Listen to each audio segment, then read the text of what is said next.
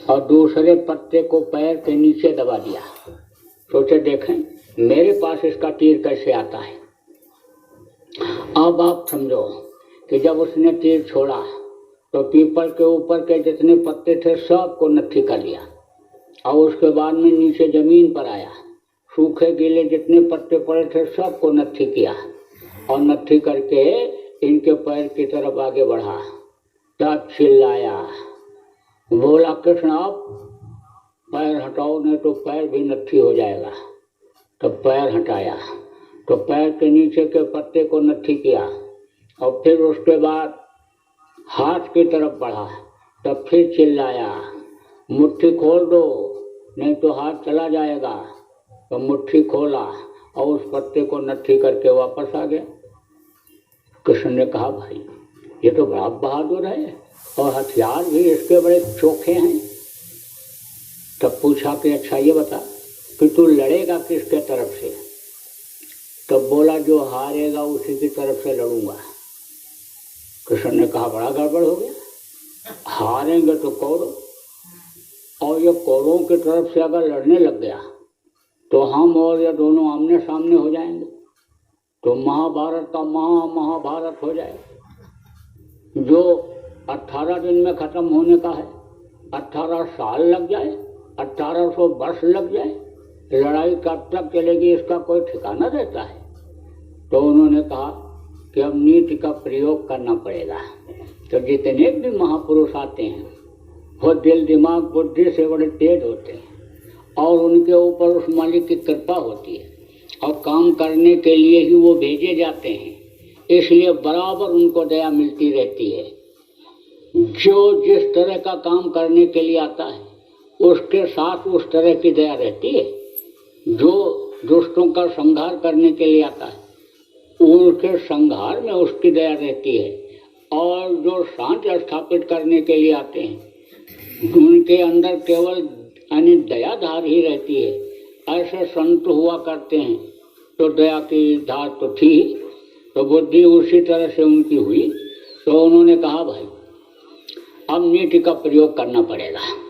तो कृष्ण ने उससे कहा कि ये बता कि तेरे अंदर और कोई विशेषता है, कोई खुसूसियत है, कोई तारीफ वाला आने तो काम जानता है या करता है।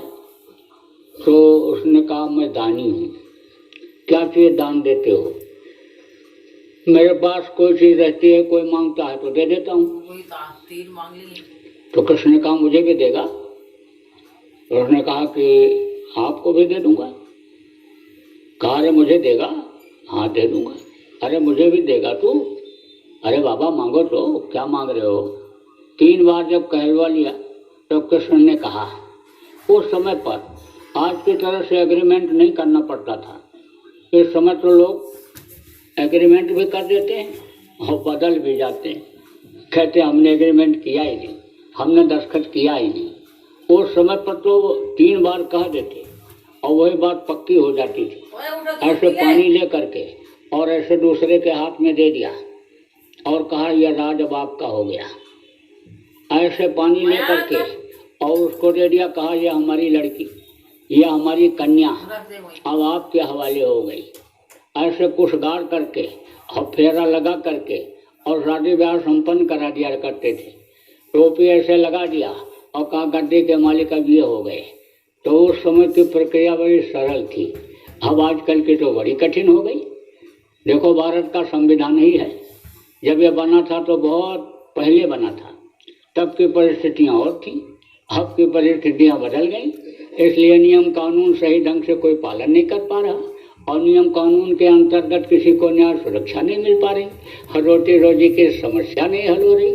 तो अब आप ये समझो कि उसने जब वचन दे दिया तब कृष्ण आश्वस्त हो गए कि अब जो मांगूंगा वो दे देगा।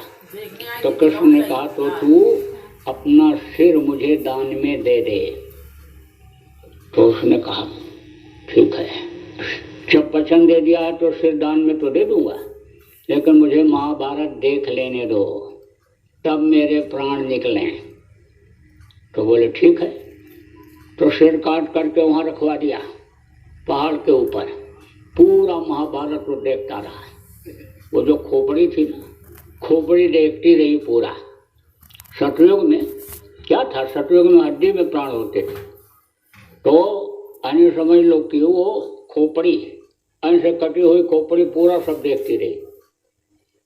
तो जब भीम ने कहा कि मैंने मारा, अर्जुन ने कहा मैंने मारा, नकुल ने कहा मैंने मारा, सहदेव ने कहा मैंने मारा, तो कृष्ण ने कहा जिसने महाभारत देखा वो बताएगा कि महाभारत में मारा गिराया किसने, काम किसने किया। तो चलो उससे पूछते हैं।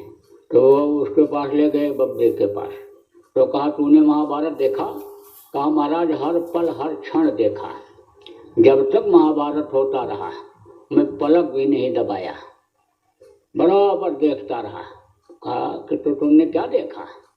तब कहा मैंने तो ये देखा कि चक्र सुदर्शन चल रहा है और बड़े बड़े योद्धा धराशायी होते चले जा रहे हैं। तो कहा और क्या देखा? बोले और तो कुछ देखा ही नहीं, बस केवल चक्र सुदर्शन का ही कमाल देखा।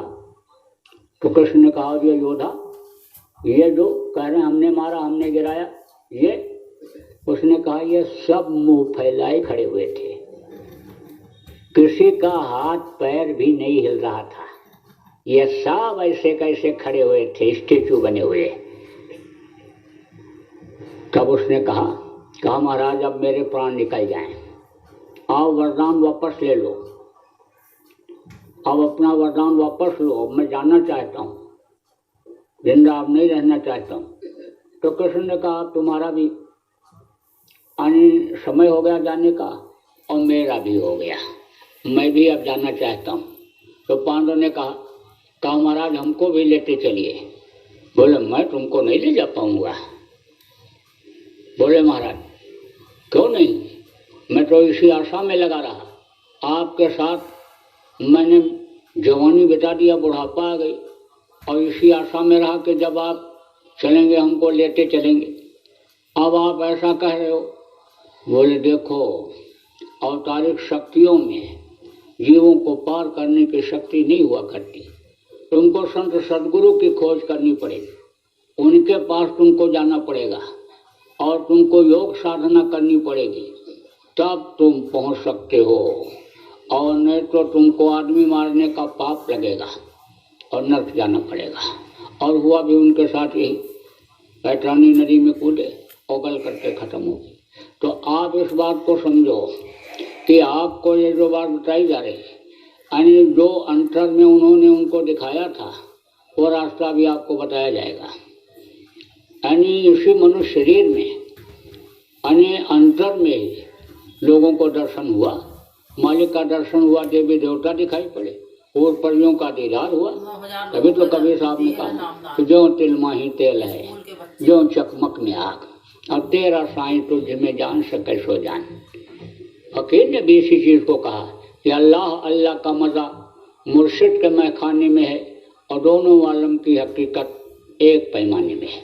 ना खुदा मंदिर में देखा, ना खुदा मस्जिद में है, और शेख जी रंदों से पूछो दिल की आशियाने में, इसी में है।